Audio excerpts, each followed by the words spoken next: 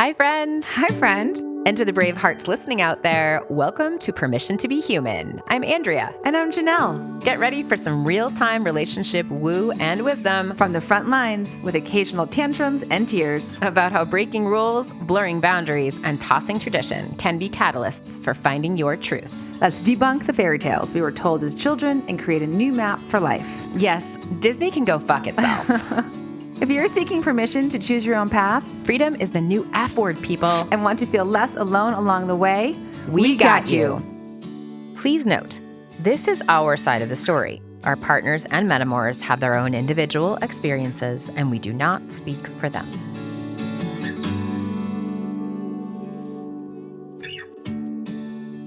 Good morning, Bravehearts. Good afternoon, good evening, whenever you're listening to this. Exactly. Whatever day of the week, whatever month it is. We're so excited to be here with you. Welcome to Permission to be Human. I'm Andrea. And I'm Janelle. And some of you may have listened already to our episode on small permissions that we recorded a couple of weeks ago.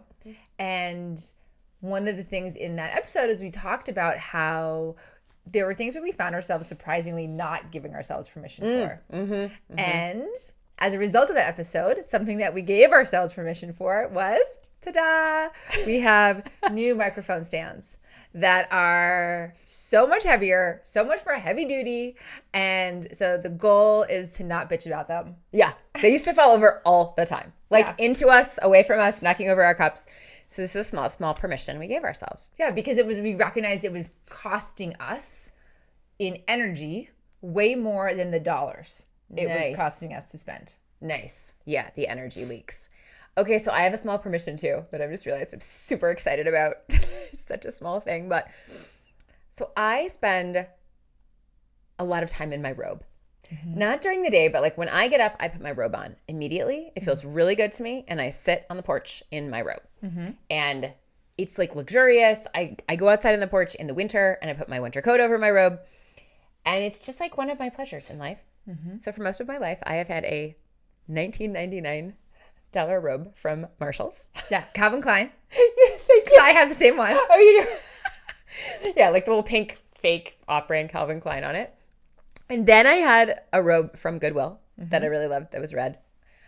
And I'm like, guess what? I'm getting myself a fucking expensive robe from LL Bean. Like, I mean, just like cozy, East Coast, like warm, snuggly, thick robe with a hood from LL Bean. Oh my gosh. And I'm so excited about it. It feels so good. I love it so much. I'm like, this is worth $1,000. Right, because I wear it every day. Right. Every day. Right. And I'm sure you did not spend $1,000. No, I spent $100. Right. Like, whatever. It's like no big deal. Right. Like I'll have it for a decade probably. Right, because that is how you work with your robes. Yeah, amazing. Yeah. I'm so proud of you. Thank you. I was like, come on. This is necessary. I'm doing this. So. Way to invest in your radiance, Andrea. That's right. That's what we're doing. So what are we talking about today? We are on to our next, I think it's Braveheart Conversations number 3. In Denver. Recap. Yeah. Yeah. So we had a lively and juicy conversation a few weeks ago. And there was talk of pleasure and partnerships and pussies and Sex positions. Double penetration and permission and just really a lot of kind of vulnerable and even some comedic topics. Definitely. So just as a reminder for those who don't know what a Braveheart conversation is, they are in real life gatherings. We do them women only, men only. We do them primarily in Denver. We've done them in other cities. Opportunities for us to gather and talk about taboo topics regarding pleasure, intimacy, relationships, polyamory, divorce, marriage, all sorts of topics that, the stuff that Andrew and I cover on the podcast. Yeah.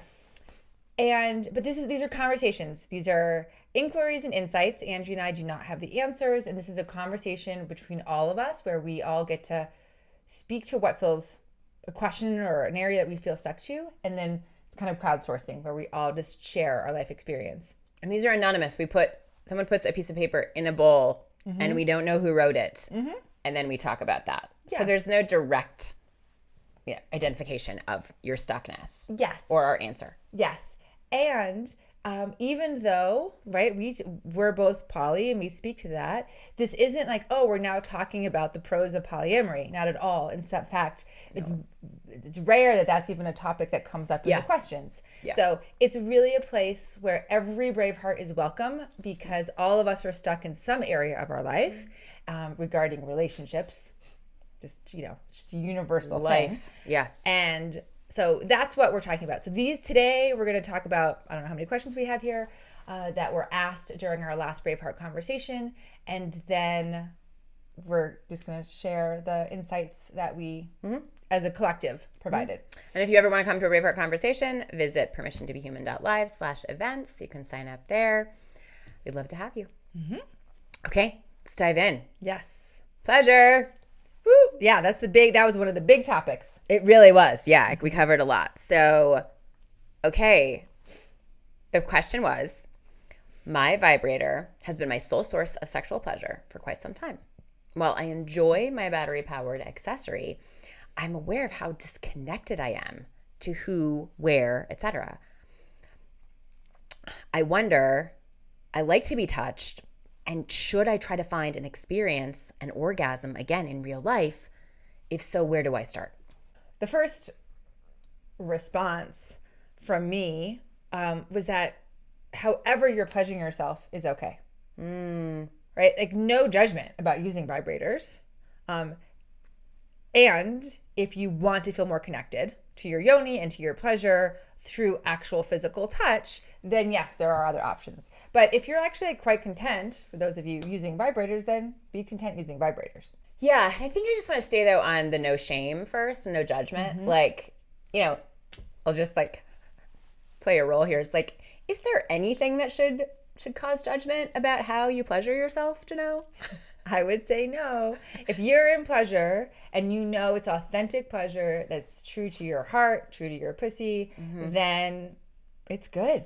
And I think I want to just include, and there's kindness and consent involved. Great point. But I did like check into porn for a while, and I do still sometimes. Like, it's not all appealing to me, and it's not always the thing I need, but there's also no shame in that. Like, I know that can be a problem, and it can be an addiction, and anything can be a problem if you do it too much. But I just want to say that's okay too. I know Janelle, you used some kind of an app that was like soft porn, or a little bit like really soft porn. Really, really soft. Oh my God, it's so good. It was called Dipsea, Dipsea, and it's erotica designed for women, and it's very inclusive of different genders, of different orientations. And that was my problem with porn had always been that, I don't know if the people involved want to be doing this. And this particular app was definitely designed, it's almost like, I'm not saying the app is amateur, but it was like, oh no, people want to be on here. Plus it was actually audio. Yeah, it wasn't video. Yeah. And so I actually discovered very, very, very, very late in life that one of my turn-ons is in erotica, of listening to it.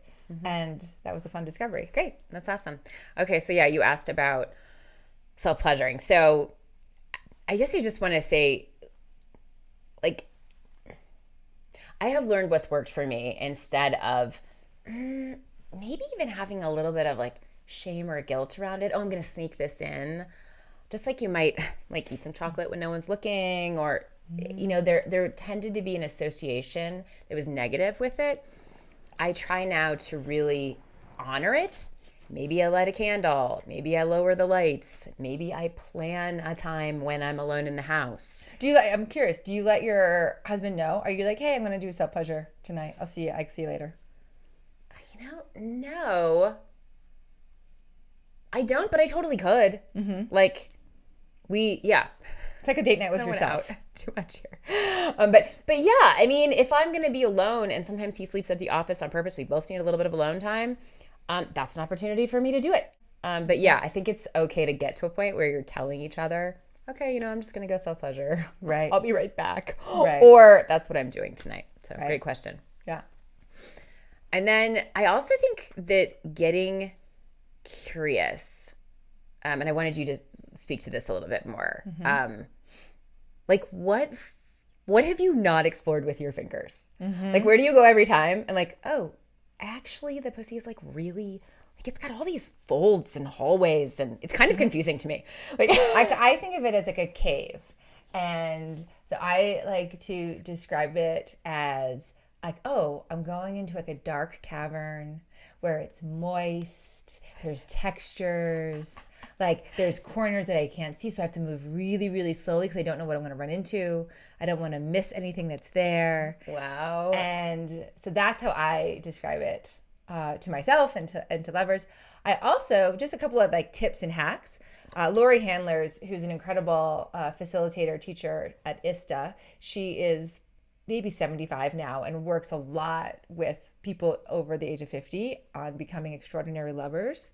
ISTA is a retreat. You can Google it, ISTA. Great. And she in the retreat that I was in with her, she says she discovered that she loves using a latex glove on her hand when she self-pleasures because it feels like it's someone else. Ooh, I love that idea. Yes. That's like so easy. So easy. Latex glove, go.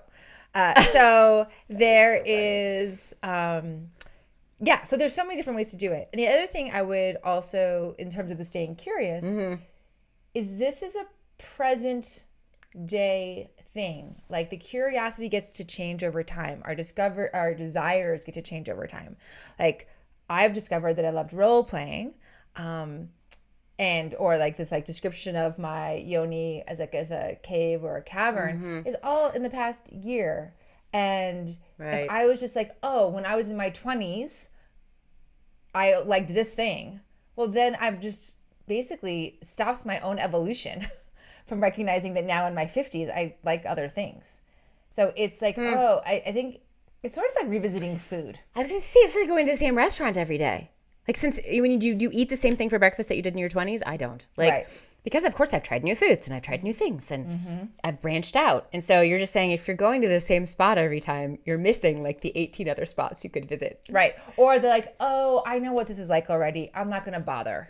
Right. Interesting. And so another exercise that you could do that different teachers have recommended is doing like a self-pleasure practice. You've done like the 100-day haikus. Yeah. You could do like a 30-day self-pleasure practice, which I have done before. Oh, that's a good idea. Where, you take your 15 minutes and you self-pleasure every day, set it up in your schedule and just see what comes from that. Yeah. I think that makes a lot of sense. I think it's going to feel differently by day 4. Right.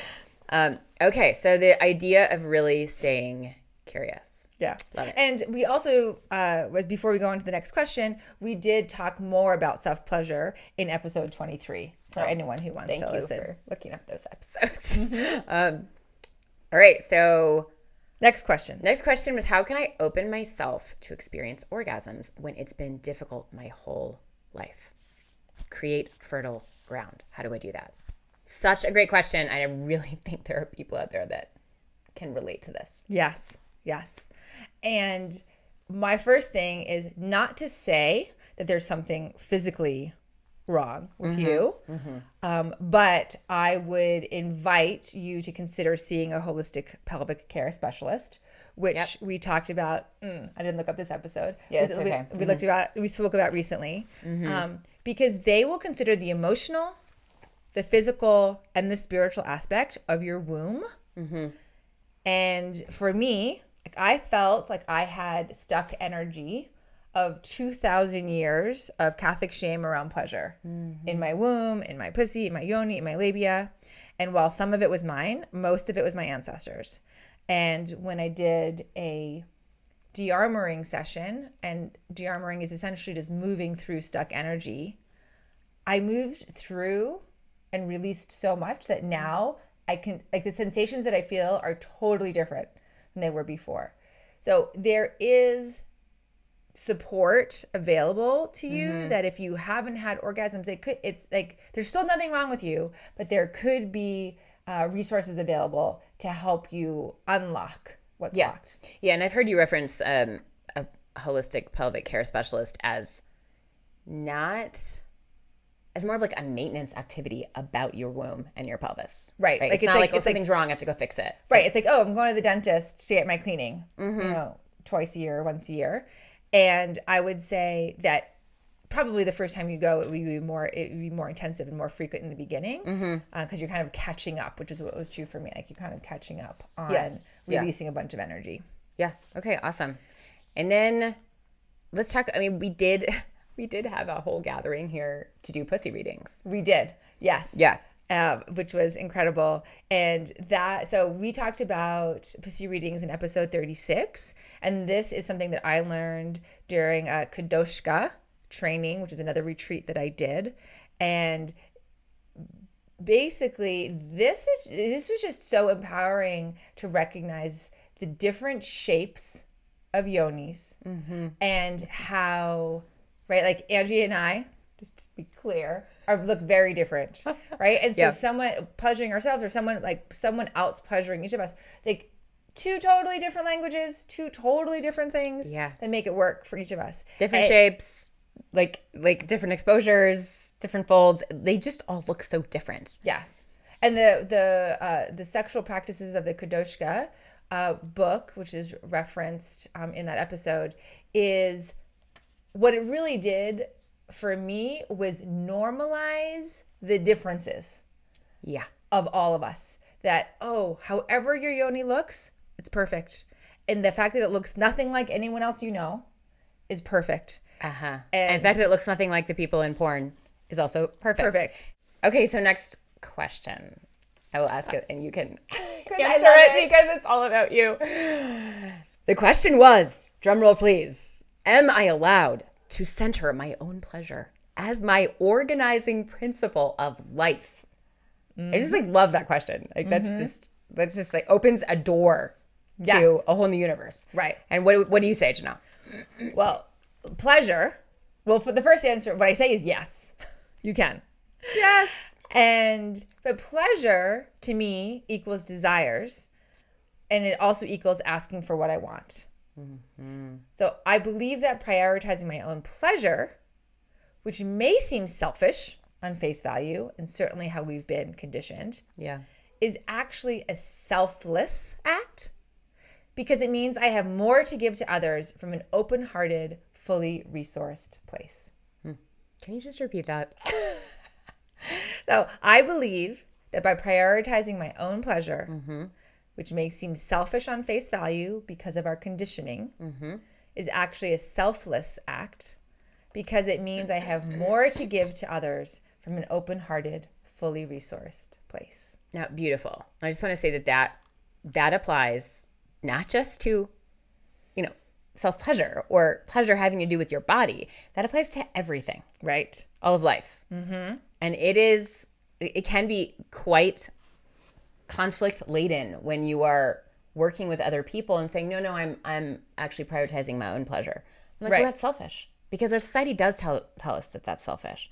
And a lot of the common rhetoric or belief around that is just like, you're putting yourself first. Right.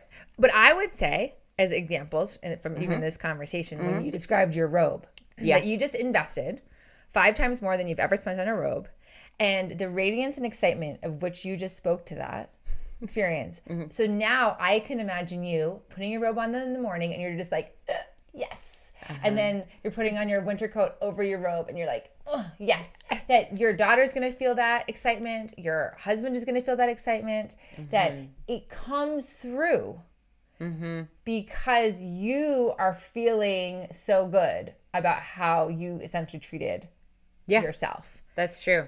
And that's about a robe. Okay. A really sweet thing that just happened to me as a result of that small permissions episode. I spoke about the fact that, as some of you may remember, I have invested in my radiance in $1,000 coat, but I have stayed with $20 sheets. And yet I love really soft sheets, but for some reason, despite being the thing I sleep in every 12 hours night. A day, I have not invested. And a Braveheart reached out to me and said, I love really nice sheets and I would want you to have them. I would love to gift really nice sheets to you. Amazing. So great. So sweet. So thank you to that Braveheart. You know who you are. And I have just placed the order because I was just at Burning Man. I like went through my photos. I had taken a snapshot of sheets that I had found at an Airbnb in Seattle a year ago. Really? That you Yes. loved? JenniferAdams.com, Luxe Collection. And I just placed the order, and I'm so excited for them to come. Oh my God. So, okay, I want to know, like, what's the like, is it thread count? Is it material? In the moment of that, I was just like, they were just so soft. So I really loved soft. I don't actually know what the thread count was. Okay. But they are ethically manufactured. They're manufactured here in the U.S. But that like, in all honesty, like that didn't matter to me. What mattered to me was how I felt sleeping in them. Beautiful. Yeah. Okay, so that is just another example of pleasure, right? And so you can feel my excitement of like, oh, how am I going to feel when I wake up after sleeping in these really nice sheets? And then that energy is going to be conveyed to my new temple mate, Damasa. It's going to be conveyed to the first person I talk to on the phone. Like it ripples. There's a ripple effect when we invest in ourselves. Yeah, and I think that there's 2 steps to this. I just want to break this apart because you can buy the robe or buy the sheets and then just be like, oh, I shouldn't have bought these sheets. It was so expensive. Like you could buy them and then not really get the pleasure from it, or not celebrate the pleasure from, and not notice it, or forget about it, or not receive it. And so I think there's really 2 parts to that. Yeah, there's a shadow side. So this is beautiful. One of the women that I camped with at Burning Man this year, Gabby, who I love, sister priestess, who walks in abundance. This is how she walks through the world. And she's such a teacher to me in this. But we talked about the discernment where she invests in comfort, like above everything. But sometimes like where she's named that she's going to have to work is like, oh, when is the discernment that this is exactly the thing versus let me just buy all of the things. Right? So that you have the ability to buy something, expensive or not. But when are you tapping in to say, oh, this, it's just this thing. I don't need all the things. This is the thing that's going to make the difference. And this thing might be expensive, but it's going to make a difference. So it sounds like you're adapting this to everyday life by making it in moderation, right? Because if we did it all the time, we'd just be buying all the time. That's a problem. Right. Well, and so 2 examples. One, especially we're talking about money things here, but I also want to talk about something that's not money related, which is a big pleasure for me is sleep. Just straight up sleep. On $20 sheets or not, sleep is a luxury for me. That is a necessity for me. And so going to bed early and sleeping late, because that's how I roll. So as a result, I have prioritized sleep most of my life, including taking a job that didn't start until 10 a.m. because getting a job that starts earlier didn't work for me. This is years ago. And so but there's a cost to that because it means that I'm not socializing potentially as much or whatever. Yeah. But back to what you were just saying about things in moderation. So we just, after Burning Man, went to a spa in Reno, incredible, called Dolce Vita, which is one of my traditions, is to go to a spa day as soon as we get off the playa. And it was so delicious and so luxurious and such a privilege and so incredible. But it was all of those things because I had just slept in a dusty RV for 14 days, right? If I just went to the spa today, it still would have been lovely. But it was that I had put myself in, I mean, hardship is a tough word to say. It's not really hardship, but I had chosen to be in a challenging, dirty situation for 2 weeks that then allowed me to really relish in the spending of that money differently had I not. Yeah, got it. The contrast. Okay, so coming out, the next question is, can I tell my mother I'm leaving my respectable profession to become a sex priestess? If not, why not? And I'm pretty familiar with this, and Janelle is too. We've taken some alternative routes in our life, and we have learned a lot about navigating the sharing of those adventures or decisions with people close to us. Yeah. And Maybe I think have different opinions. right. And what I'm hearing in that is that specifically it's like, oh, I have something I want to share that is unconventional and taboo by my family standards. And what do I do about it? Yeah. And I think some mistakes I made early on was telling people because I was excited about it, and maybe even with a bravado, like oh, I'm owning this because it's like so weird and cool. I just recognized that I wasn't in integrity when I was doing it. So it didn't feel right. I left the conversation feeling off.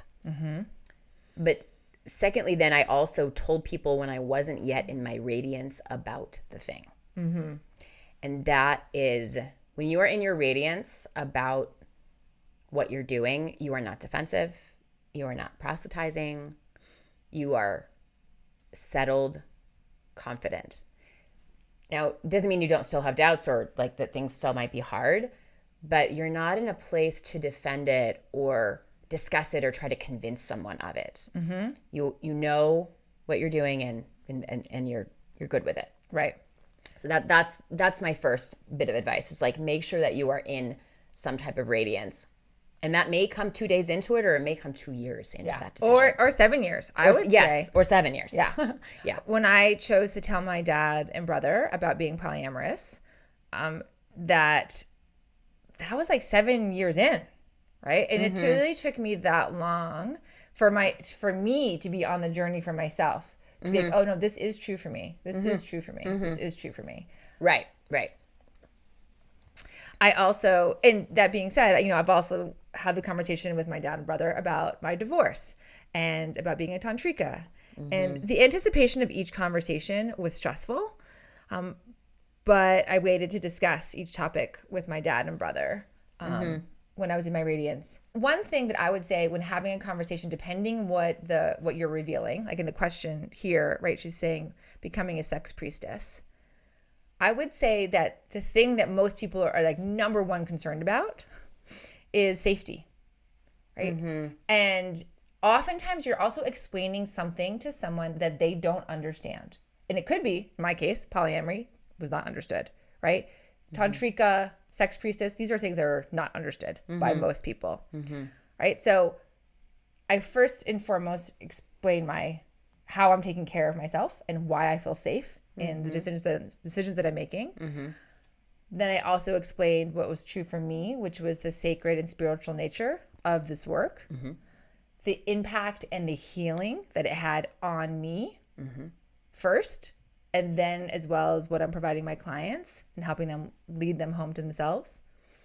And so in sharing from all of those things in that way, it's not that they fully understood like what being a tantrika meant, or that they could really fully approve of it, but they could not deny my radiance and my joy, and they supported me because of that. Yeah, I think that's an important last bit there. That, yeah, if ultimately if someone you're telling has true and honorable intentions for you, they want you to be happy, then and they're seeing that you're happy. Right. It's kind of hard to argue with that. Right. And honestly, if they don't see your happiness and your joy and your radiance, then you can really feel not seen. Yeah, that's true. And that happens too. Right. So I think it's important to note that in my experience, I realized early on that some people cannot receive these kinds of things. And so I would take a honest look at the people in your life, and I would have an honest conversation with yourself and say, who needs to know this and who doesn't need to know this? I definitely did that early on. Make a list of, who you're going to tell. Who are you not sure if you're going to tell? Right. Like, and why not, or why? And it's worth baking and marinating on that for quite some time. Yeah. Because there's also the piece of, you can think, oh, I'm not living authentically or transparently if I'm not telling these people. But yet, are you actually being selfish in telling them when it's for your own benefit and not for theirs? This is, I think, the hard thing about waking up. And we say is that it does cost a lot sometimes. When you wake up in life to new experiences, new adventures, a new gender, a new marriage format, a new lifestyle, we often have to or choose to say goodbye to things in our life. Yeah, and that people- is, that can be really hard. Just bringing just a little bit of humor to this is that I was listening to Martha Beck on a podcast the other day, and she is also polyamorous. And she said, amidst many other kind of good-natured and insightful things, she's like, sometimes if someone asks, I think she was quoting a comedian, wait, what are you doing? Why are you doing that? And she just says, because I like it. And she's like, that's it. Mm-hmm. Like, knowing can mess with taste. Right. It's subjective. Right. It's so funny. It's sort of like no, like the phrase that no is a complete sentence. It's like, why are you doing that? Because I like it. That's all I need to know. It's really true. Like, and yeah, it's, and even in response to someone saying, well, I don't think you should be doing that. Well, I like it. Like, there's something about that. It's just like, no, you don't get to choose my life. I choose my life. So I just liked the simplicity of that. So partner conversations. How do you initiate asking your partner what they desire intimately without the feeling of awkwardness about it? Especially when generally the sex is great, but you want to be sure you are giving them what they desire. So when I hear that question, my first question is, what do you desire? That to me is not obvious from this, because you want to, because what the questioner said is you want to be sure that you're giving them what they desire. Well, are you giving yourself what you desire? And then from that place, it's like the oxygen mask first. Totally. For yourself. And so if you are, great, like, then why do you want to have these conversations? What feels unfulfilling for you that you are trying to address? Ugh, it's such a mind fuck, isn't it? It's tough because I think a lot of, at least I've heard of a handful of women say, well, when I ask what he wants, he just said, I just want to please you. I just want to make you happy. Oh my gosh, this is so great. I had an experience recently where someone said that to me, and I was like, ugh, rolled my eyes. This again. Yes. And then he said, well, actually what I want is I want to be with a woman who's uninhibited about her pleasure. And I was like, oh, well, now that is a different question. Because then that was an invitation for me to relax into my own desires, that it just felt very different than like that his, like, I could understand that a desire of his was to be with the woman who was uninhibited, right? To me, that was stating the desire, not that his desire was my desire. Okay. And so because he was able to name a desire then, I was like, oh, yay, I'm happy to do that. So the second question around partner conversations too is, I have explored taboo sexual experiences since I was a teen. When I married 12 years ago, these pleasures and energy-moving experiences stopped. I would like to know how to bring this side of me to my sexually conservative husband, possibly starting with Tantra. And I think, like, my first thought is like, okay, bravo for exploring early and knowing what you want. Like, 'cause that doesn't always happen. Right. The fact that she's like, okay, I know what I want. How do I communicate it? Dude, half the battle. Great. And I think it is the first rule or first thing that comes up is like making sure that you're expressing this to your partner in a way that's just coming from, here's what I desire. Here's what I'm looking for. Not like I'm trying to change you, not like I want you to do this differently, but I'm wanting to feel this way. I'm curious about X.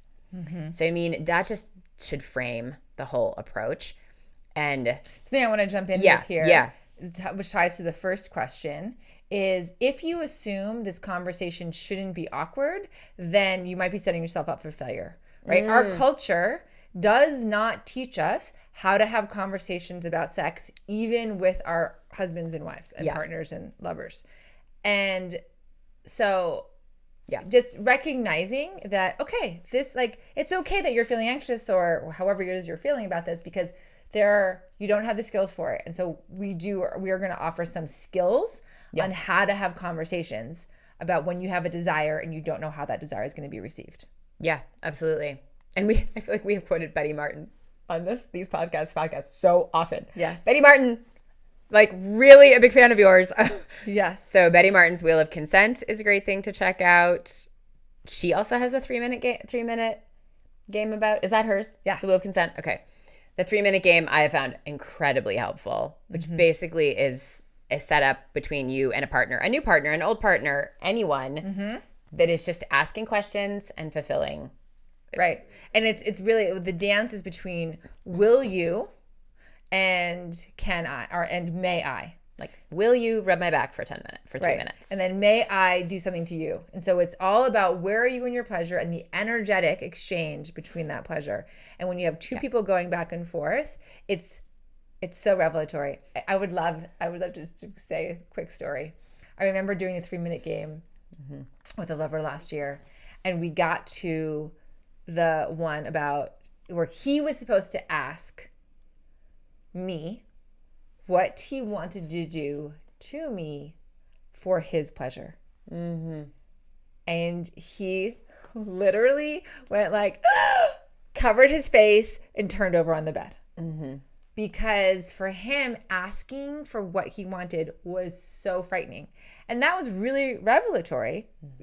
No judgment, but just like, oh, okay, there's some areas here. Like now I'm aware that for him asking for what he wanted is a challenge.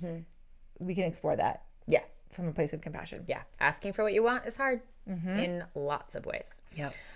We also just want to touch on the RBDSMA conversation, stands for relationships, boundaries, desires, sexual health, meaning, and aftercare.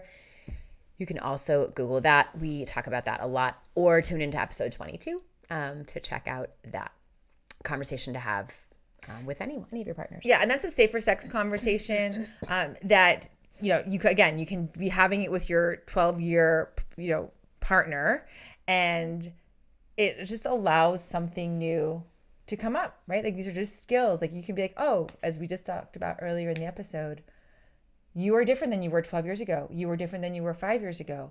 You can have these conversations and be like, here's who I am now. Yeah. And I really don't like the safer sex label on that. Safe sex just like makes me think of a condom. Like that's how we were. And so like, it's not about, this conversation is not about, it is about safe sex, but it's really about intimacy. Mostly about intimacy. Yeah. So yeah, I'll think of a new name for that. Okay. New way to sum that up. So I think the other ways to do it, this may not reduce the awkwardness at all, but think of different communication approaches. Write someone a letter, write them an email, write them a text, ask them a question, sit back to back. So how can you do it differently? Send them a note. Send them a snail mail. I know a couple friends of mine who actually were gifted puppets. And so they would just talk through the puppets, right? It's something Another to channel. actually break the ice. Yeah. Okay, and the definition of Tantra. So the way that I describe it is that it is the integration of mind, body, spirit, and life force energy. And life force energy is the creative and erotic energy that when activated helps us feel more alive. And Tantra has several, it could be like looked at in several buckets, and there's a spiritual aspect, there's a therapeutic aspect, and there's the pleasure aspect. Nice. Okay. Next question. Do you want to read that? Sure. This is about blocks and lack. I have a very specific physical type in a lover, and only a small fraction of the population fits this physical characteristic. This means there are few people for me as a lover, and so I've let go of a lot of desire for lovers. And something that came up for me is like this, I'm sure is very like, we were all women in our 40s, 50s, 60s, 70s in this conversation. We've all lived life. And so this is also like a tried and true example. Like, I believe you in like, this is what you desire. And it may be hard to find.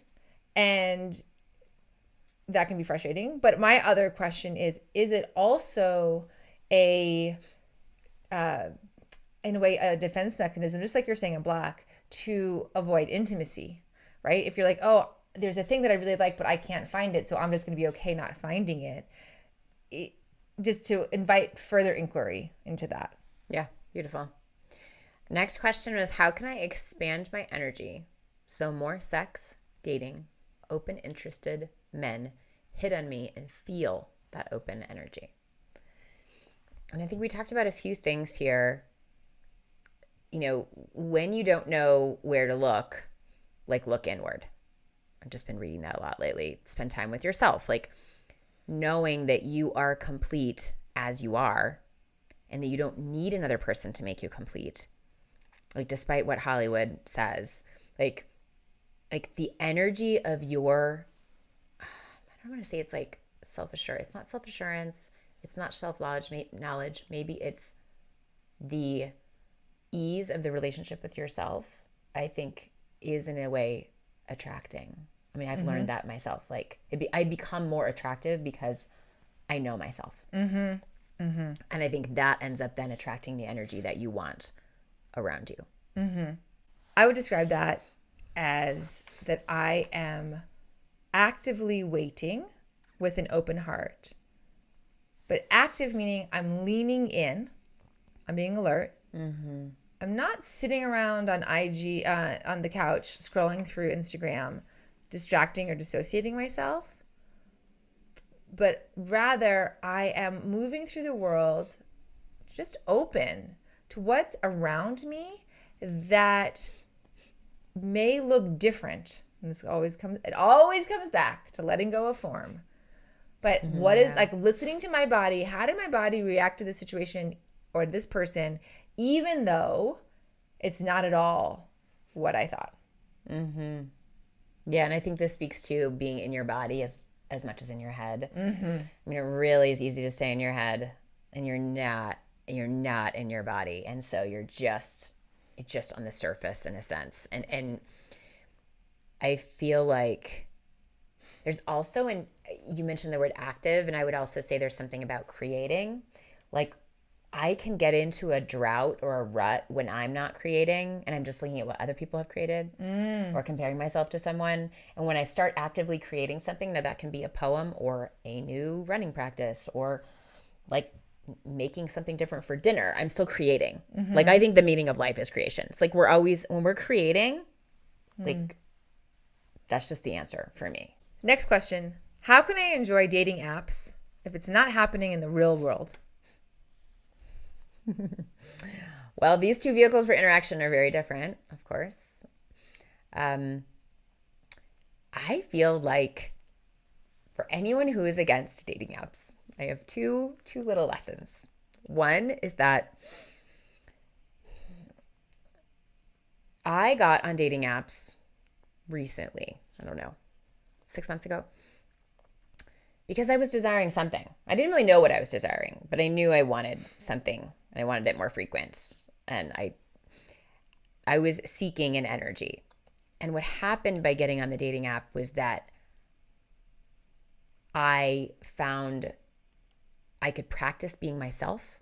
I could practice my boundaries, practice being in my radiance. But I really had to stop looking to do that, right? I just started enjoying, just started being in the now, just started thinking, oh, what's going to happen today? Like, really releasing my attachment to outcome. So it's almost like when I stopped grasping, I was like, oh, I'm actually, my little round of dating apps, which lasted maybe 2 months, actually taught me more about myself than it did any guy. I didn't find a guy. Like, there's nothing that lasted for a variety of reasons, but I really was like, oh, you know what? This isn't actually what I want right now. Or it was for the 2 months until it wasn't. Exactly. Right. But I wasn't attached to that being long-term. And so I really think dating apps can be a personal growth opportunity. The second part is that, and I think this really applies a lot to social media as well. I hear a lot of my personal branding clients say, ugh, I don't want to be one of those people. I'm like, what do you mean? And they're like, one of those people who's like posting a picture of their dinner and like spouting off about politics and putting up a bunch of crap on Facebook or LinkedIn or Instagram. And And I'm like, yeah, you won't be, because that's not you, right? Like, you're going to provide authentic, interesting, valuable insights or nuggets or pictures or articles. And I think there is a big block around there of not wanting to be that person. And I've gone through it myself. I mean, I still kind of go through it with Instagram. I'm like, ugh, I don't want to do that. But part of this is believing in your own magic. I'm like, oh, but my magic is worth something. My magic's not crap. So in the same way, I've heard a couple of friends say, I don't want to be one of those people on the dating apps. The fact is, you won't be. Like, you'll be yourself, right? And if you don't like what you're seeing on there, then fucking Gandhi, be the change you want to see in the world. Like, go be a good person on a dating app. Go be someone who doesn't ghost. Go be someone who completes their profile. Go be someone who responds. Go be a complex individual. So the next question is, because of my age, I have this recurring thought that I am invisible to men who want partnership, not just sex. How can I improve? How can I change this feeling of lack and this feeling that somehow I am less viable now? And this really is, it's about aging. We did an episode on aging a while back, and like, I get it. Like, I think this is something I see quite a bit about. Like, I'm too old for this. Like, I'm washed up. I have wrinkles now. I'm gray. Like, I don't have the same libido I used to. So I really hear this this question. But a question that I have for it is, are you getting approached by men who just want sex? That was my impression, but yeah. Because my impression is that there are so many men who are craving intimacy and touch. They don't know how to ask for it, and they think so they think it's sex that they want, because that's the only thing they've been taught. But actually, what they're craving is to be held, to be nurtured, to be touched, to cuddle. But they can be very vulnerable for them to share that and to ask that. So this is where, if the opportunity presents itself with a man to even have the conversation, then like the RBDSMA conversation can be so revelatory to both parties, because it's inviting a deep inquisition of themselves to share what it is that they're actually seeking in a way that feels safe to share. And I think both people can discover something new about themselves. And just like coming back to like the benefit of the dating apps is that I remember you speaking to it, because you were on them more recently than I was. I remember you speaking to it because you're on them more recently than I was, that you're like, oh my God, I'm really fucking badass. I'm really beautiful. I'm amazing. I have all this experience. Like, oh my gosh. Right. Like, and that the men were essentially, oh my gosh, I have a friend who right now just said, it's raining men. She has so many men literally falling over her because she is so clear and confident in who she is and what she's looking for. Yeah. And so I'm a huge believer that there are men out there looking for an open-hearted woman who loves herself. Yeah. Yeah. This is really what happens. All right. And then, yeah. And then the humorous, funny, silly, ridiculous question. Thank you to the woman who asked it, with the intention of making us all laugh, which was, how does a double vaginal penetration with two penises or positions work? Asking for a friend. Totally. I love this, right? A little levity to the situation. Yes. If you want to come to a Braveheart conversation, we would love to see you in real life. We're a big fan of in real life meetings. And so check out permissiontobehuman.live/events to find out when the next Braveheart conversation is happening. Could be Denver. Who knows? Could be Philly. Could be Boston. It might be all men. It might be all women. But we'd love to see you. Follow us on Instagram. Thanks, Bravehearts. We love you. Love you. Do you need permission to be human? You got it. Listen, subscribe, and review on Apple, Spotify, or wherever you get your podcasts. Learn more about us at permissiontobehuman.live.